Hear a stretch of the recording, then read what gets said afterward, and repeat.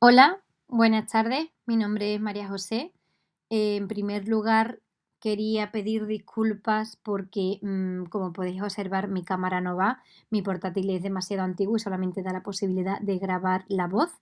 Y quería simplemente pedir disculpas y sobre todo dar las gracias por esta oportunidad de estar aquí, aunque sea de manera online. Mi nombre, como anteriormente he dicho, es María José Ruiz y vengo desde la Universidad de Sevilla. Como podéis observar en la diapositiva, voy a hablar sobre la didáctica de la disidencia de los personajes femeninos, ¿no?, en el teatro de Pilar Contreras. Pilar Contreras es una dramaturga andaluza que yo estoy analizando en mi tesis.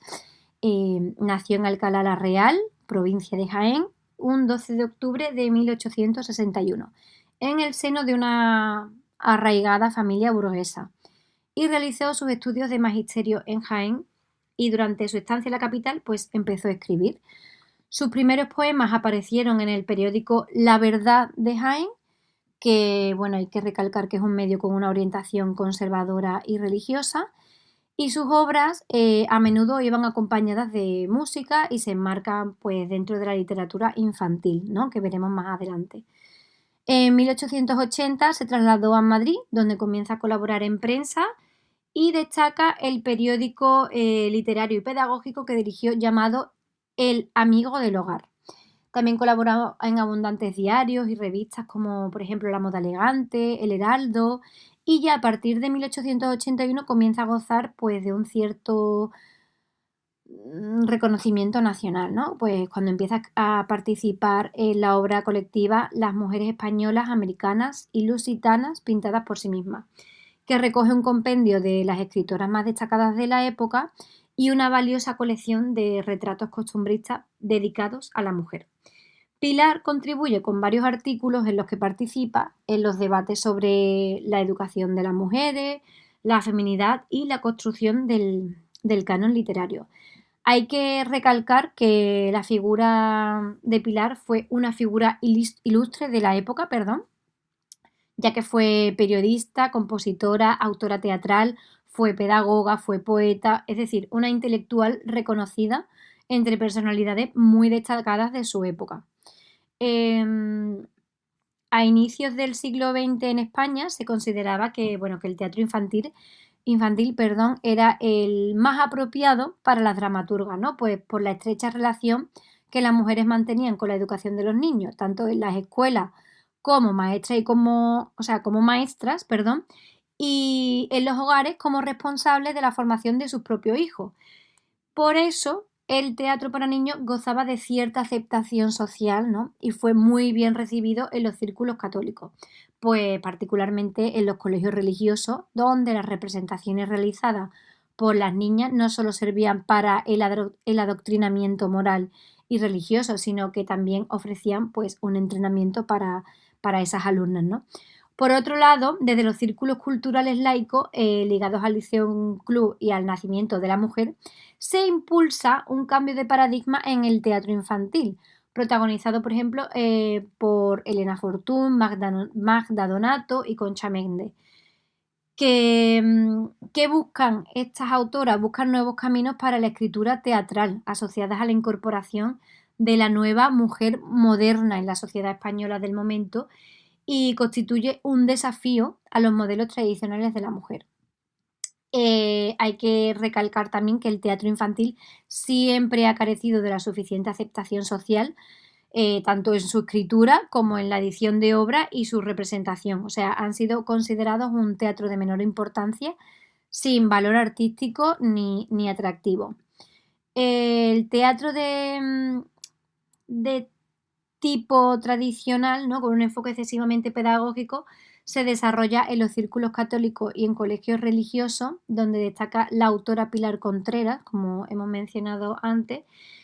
En 1918 publica la segunda edición de su tomo sexto, Teatro para niños, que lo escribe en colaboración junto a su compañera Carolina de Soto y Corro. Este tipo de obra está diseñado para las representaciones habituales en los colegios femeninos de religiosas y carecen de indicación escénica, acción dramática y bueno, abarcan los típicos monólogos, discursos y ofrecimientos a la Virgen y a la Madre Superiora. Todas las obras concluyen con una moraleja final y lo que buscan es inculcar en las niñas valores tradicionalmente valorados en su género, ya sea la obediencia, la modestia, la caridad y la pureza. Esto lo podemos ver muy claro en estas obras. Y la Iglesia Católica tiene un papel muy importante en la vida de las mujeres, ya que bueno, es responsable exclusivamente de la educación de las clases acomodadas y esto refuerza las diferencias de género y asigna a las mujeres el rol de esposa y madre, ¿no? La función de la mujer en el ámbito doméstico pues se presentaba como un deber impuesto tanto por la voluntad divina como por las normas sociales. O sea, como sostiene Aresti, las mujeres de este modo no solamente eran más religiosas, sino que no podían dejar de serlo por imperativo de su propia naturaleza. Es decir, ellas no podían oponerse a su naturaleza, ya que dejar de ser devotas se veía como una forma de rebeldía contraria a las virtudes tradicionalmente de las mujeres, pues respetables, ¿no? Por lo general, las obras reunidas en los 6 volúmenes de teatro para niños se basa en la corriente pedagógica y escolar del género, como podéis imaginar, y estos sirven como auténticos manuales de comportamiento para las jóvenes de la época, ¿no? Sin embargo, ahora en las siguientes obras que os voy a mostrar podremos observar cómo algunas de sus protagonistas tienen muy poco que ver con los modales que se esperan de las niñas de esta época.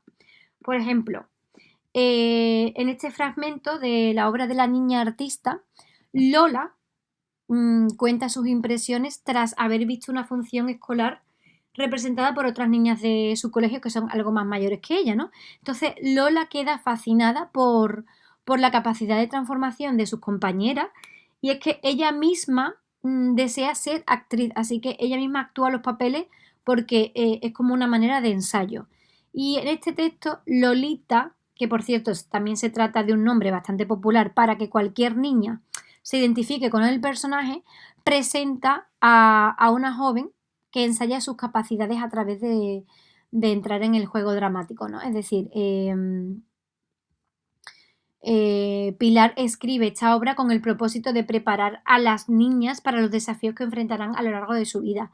Y justamente aquí Lolita recrea las reprimendas que le dice su profesora por el comportamiento pues revoltoso, es decir, el personaje se diferencia porque tiene un comportamiento que se aleja un poco de la norma, pues quiere ser actriz, es revoltosa, no es modocita y aquí dice, Lolita, no se distraiga, Lolita, no arme ruido, Lolita que se propasa, no hable con su compañera, no se ría, no se caiga, a callar, a no moverse. Esta es la murga diaria.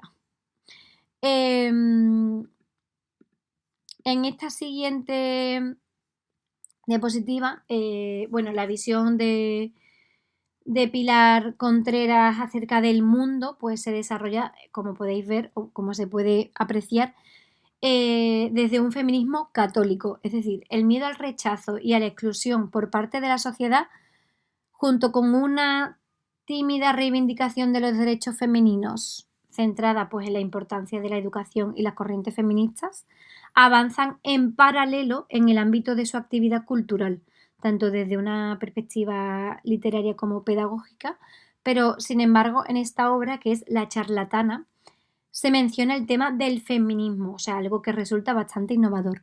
Hay que decir que la protagonista de esta obra, que es Flora, se dice de ella que es una incorregible charlatana que ha perdido todos sus empleos y que por este defecto decide dedicarse a un oficio que se ajuste a sus habilidades, ¿no? O sea, convertirse en charlatana de feria.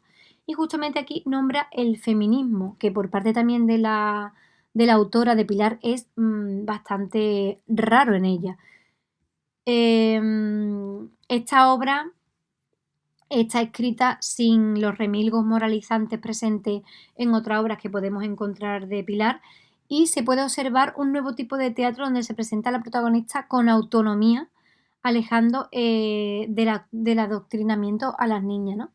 Entonces, bueno, a pesar de que en las obras de teatro de teatro para niños se percibe el carácter aleccionador y didáctico en los que se saltan pues, los principios morales y una educación religiosa que lucha contra la imagen de la mujer moderna, pues nos encontramos a estas protagonistas que, como podemos observar, luchan frente a este modelo y simbolizan la emancipación y la libertad femenina.